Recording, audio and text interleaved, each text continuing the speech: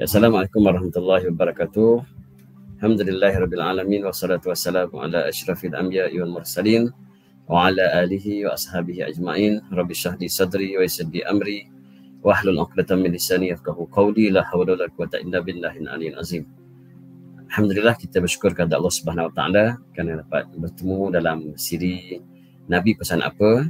Mudah-mudahan dengan usaha kita ini insya-Allah Allah mengasihi kita, kerana ini sebagai bukti cinta kita kepada Rasulullah sallallahu alaihi wasallam.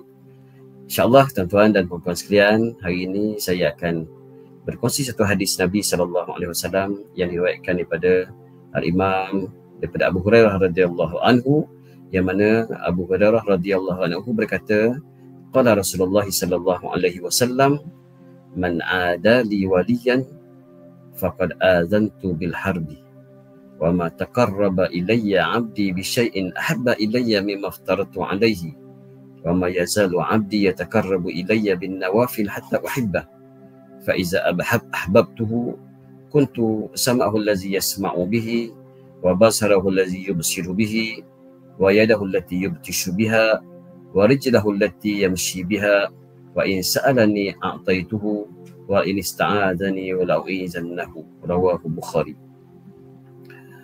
Hadis ini bermaksud yang mana Allah SWT berfirman.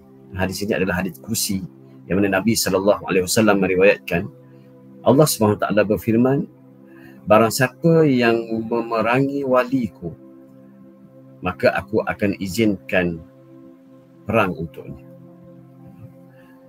Dan barang siapa yang mendekatkan, dan tidaklah hamba-Ku mendekatkan diri kepadaku yang lebih aku kasihi daripada apa yang aku fardukan ke atas mereka, dan masihlah hamba-Ku mendekatkan diriku kepadaku dengan perkara sunat sehingga aku mencintainya. Dan apabila aku mencintai seseorang itu, akulah pendengarannya ketika dia mendengar, akulah matanya ketika dia melihat, akulah tangannya ketika dia memegang, akulah tangan dan akulah kakinya ketika dia berjalan. Dan sekiranya dia meminta kepadaku, nescaya aku akan memberikan permintaannya, dan sekiranya dia meminta perlindungan daripada aku akan memberi perlindungan kepadanya. Hadis ini diriwayatkan oleh Al-Imam Al-Bukhari dalam sahihnya. Tuan-tuan dan puan-puan sekalian, dalam hadis ini sebenarnya memberikan satu pengajaran yang banyak, yang besar kepada kita. Al-Imam Asy-Syaukani menyatakan bahawa hadis ini terkandung banyak faedah dan banyak manfaat yang mulia. Dan sekiranya kita memahami hadis ini, kita akan dapat mengetahui banyak perkara tentang apa yang Allah SWT sukai, yang mahu kita lakukan. Baik, hadis ini menceritakan juga tentang apa yang dikatakan sebagai wali Allah SWT. Wali Allah yang sering menimbulkan ataupun ramai orang, terutamanya di kalangan masyarakat kita, yang salah faham tentang wali Allah. Ada di kalangan masyarakat kita yang memahami apabila dikatakan wali Allah itu ialah mereka yang boleh melakukan perkara-perkara yang pelik-pelik, boleh berjalan atas air, boleh berjalan dalam hujan tak basah, boleh berada di beberapa tempat dalam satu masa, walaupun orang itu tak melakukan perintah Allah, walaupun orang itu tidak taat pada Allah SWT, tapi asalkan dia boleh melakukan perkara pelik, maka dia wali Allah. Maka itulah antara sebab berkembangnya ajaran sesat dalam masyarakat kita. Baik, dalam hadis ini Nabi SAW nak terangkan yang siapa yang dikatakan sebagai wali Allah SWT itu, siapa yang dikatakan sebagai orang yang dikasihi oleh Allah. Kerana antara maksud wali Allah itu, yang antara maksud wali itu ialah orang yang dikasihi oleh Allah SWT. Dalam hadis ini Allah SWT menyatakan, dalam hadis kursi ini Allah kata,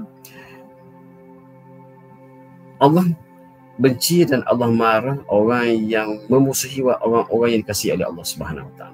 Dan bagaimana Allah nak kasih pada seorang itu? Allah kata yang pertamanya, wa ma taqarraba ilayya 'abdi bi syai'in habba ilayya mimma aftaratu 'alaihi. Tidaklah satu perkara yang apabila seorang hamba itu lakukan untuk mendekatkan diri kepadaku yang lebih aku kasihi daripada perkara yang aku fardukan ke atas mereka. Bermaksud, untuk kita menjadi wali Allah ataupun nak menjadi orang yang dikasihi oleh Allah Subhanahu Wa Taala, syarat yang pertama ialah kita mesti melaksanakan apa yang difardukan oleh Allah ke atas kita. Itu syarat yang pertama. Bermaknanya solat 5 waktu, puasa Ramadan, haji, itu adalah perkara yang difardukan oleh Allah Subhanahu Wa Taala. Jadi siapa pun kalau dia mendakwa dia sebagai wali Allah ataupun kita dakwa sesiapa itu sebagai wali Allah, sekiranya dia meninggalkan perkara yang difardukan oleh Allah Subhanahu Wa Taala, maka confirm dia itu bukan wali Allah. Kerana syarat pertama untuk seorang itu dikasihi oleh Allah Subhanahu Wa Taala ialah dia perlu melakukan apa yang difardukan oleh Allah Subhanahu Wa Taala. Itu yang pertama. Yang kedua, Allah nyatakan wala yazalu 'abdi yataqarrabu ilayya bin nawafil hatta uhibbah, dan masihlah hamba-Ku mendekatkan diriku kepadaku dengan perkara sunat sehingga aku mencintainya. Bermaksud di sini bahawa Allah Subhanahu Wa Taala nyatakan bahawa Allah Subhanahu Wa Taala akan kasih kepada seorang hamba apabila hamba itu mendekatkan diri kepada Allah Subhanahu Wa Taala dengan melaksanakan perkara-perkara sunat. Perkara sunat ini bermaksud ialah perkara-perkara yang Allah Subhanahu Wa Taala suruh kita buat, tapi kalau kita tapi kalau kita tinggalkan, kita tak berdosa. Maknanya perkara yang digalakkan oleh Allah Subhanahu Wa Taala untuk kita lakukan. Perkara yang kalau kita buat, kita dapat pahala, dan kalau kita tinggalkan, kita tak berdosa. Bermaksud tak wajib pun, tapi kita buat sebagai tanda cinta kita kepada Allah Subhanahu Wa Taala. Apabila seorang hamba itu mendekatkan diri kepada Allah dengan perkara yang Allah tak fardukan, memperbanyakkan amal sunat, banyakkan solat sunat, banyakkan tilawah Al-Quran, banyakkan bersedekah, banyakkan berzikir, melaksanakan perkara sunat ini, walaupun Allah tak fardukan kepada kita, itu sebagai tanda cinta kita kepada Allah Subhanahu Wa Taala. Maka apabila kita laksanakan perkara yang Allah tak wajibkan kepada kita sebagai tanda cinta kita kepada Allah Subhanahu Wa Taala, Allah akan beri kasih sayangnya kepada kita. Dan apabila Allah beri kasih sayangnya kepada kita, maka Allah kata, akulah pendengarannya ketika dia mendengar, akulah penglihatannya ketika dia melihat, akulah tangannya ketika dia memegang, akulah kakinya ketika dia berjalan. Dan kalau dia mohon sesuatu daripada-Ku, aku akan bagi kepadanya. Dan sekiranya dia memohon perlindungan daripada aku akan beri perlindungan kepadanya. Apa maksud dia? Maksudnya ialah orang-orang yang sentiasa mendekatkan diri kepada Allah dengan perkara sunat, dan sehingga Allah kasih kepadanya. Bermaksudnya ialah Allah Subhanahu Wa Taala akan sentiasa membimbing orang-orang yang dikasihi oleh Allah Subhanahu Wa Taala. Setiap perkara yang didengarnya adalah perkara yang baik-baik, dan apa yang dilihatnya adalah perkara yang baik-baik, dan apa saja tindakannya sebenarnya semuanya adalah di bawah bimbingan hidayah daripada Allah Subhanahu Wa Taala. Setiap tindak tanduk dia, percakapan dia adalah tindak tanduk yang benar, percakapan yang benar. Keputusan yang dia buat adalah keputusan yang betul, dan pandangan yang diberi adalah pandangan yang baik dan pandangan yang bermanfaat. Dan apa saja keputusan dia, apa saja hala tuju yang dia bawa, langkah yang dia melangkah adalah di bawah bimbingan Allah Subhanahu Wa Taala. Allah sentiasa bimbing orang-orang yang dikasihi oleh Allah Subhanahu Wa Taala. Dan orang-orang yang dikasihi oleh Allah Subhanahu Wa Taala ini, sekiranya mereka mohon sesuatu daripada Allah Subhanahu Wa Taala, Allah akan beri apa yang mereka mohon. Dan sekiranya mereka mohon perlindungan daripada Allah Subhanahu Wa Taala, maka mereka akan mendapat perlindungan daripada Allah Subhanahu Wa Taala. Jadi tuan-tuan dan puan-puan sekalian, marilah kita menjadi orang-orang yang dikasihi oleh Allah Subhanahu Wa Taala dengan melaksanakan yang pertamanya perkara yang difardukan oleh Allah Subhanahu Wa Taala. Jangan sekali-kali kita meninggalkan dan mengabaikan apa yang difardukan oleh Allah Subhanahu Wa Taala, kerana itu adalah perkara yang Allah suruh dan Allah wajibkan kita lakukan. Itu adalah syarat pertama untuk kita mendapat kasih sayang Allah Subhanahu Wa Taala. Dan marilah kita sama-sama melaksanakan, memperbanyakkan amal-amal sunat kita sebagai bukti kita ingin menghampirkan diri kepada Allah Subhanahu Wa Taala, ingin mendekatkan diri kita kepada Allah Subhanahu Wa Taala.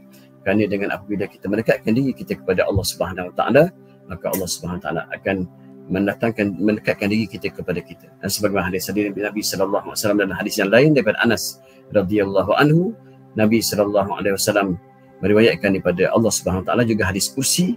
Allah menyatakan, iza taqarrabal abdu ilayya shibra taqarrabtu ilaihi zira'a. Apabila hamba-Ku datang kepadaku sehasta, sejengkal, maka aku akan datang kepadanya sehasta. Wa iza taqarraba ilayya zira'a. Apabila hamba-Ku datang kepadaku sehasta, taqarrabtu minhu ba'a. Aku akan datang kepadanya sedepa. Wa iza atani yamshi ataituhu harwalah. apabila hamba-Ku datang kepada-Ku dalam keadaan berjalan, Aku akan datang kepadanya dalam keadaan berlari. Maksudnya Allah Subhanahu Wa Taala sangat suka hamba-hamba yang datang kepada Allah Subhanahu Wa Taala untuk mendekatkan diri kepada Allah Subhanahu Wa Taala. Dan apabila kita mendekatkan diri kepada Allah dengan perkara-perkara sunat, Allah akan mengasihi kita dan Allah akan melindungi kita dan Allah akan marah sangat murka kepada siapa-siapa yang akan memusuhi dan menyakitkan kita. Bersama-sama kita mendapat manfaat daripada hadis ini. Mudah-mudahan kita menjadi hamba Allah yang sentiasa berusaha untuk mendekatkan diri kepada Allah Subhanahu Wa Taala. Segala yang baik itu daripada Allah Subhanahu Wa Taala, yang nama itu pemah diri saya sendiri. Wabillahi taufiq wal hidayah. Wassalamualaikum warahmatullahi wabarakatuh.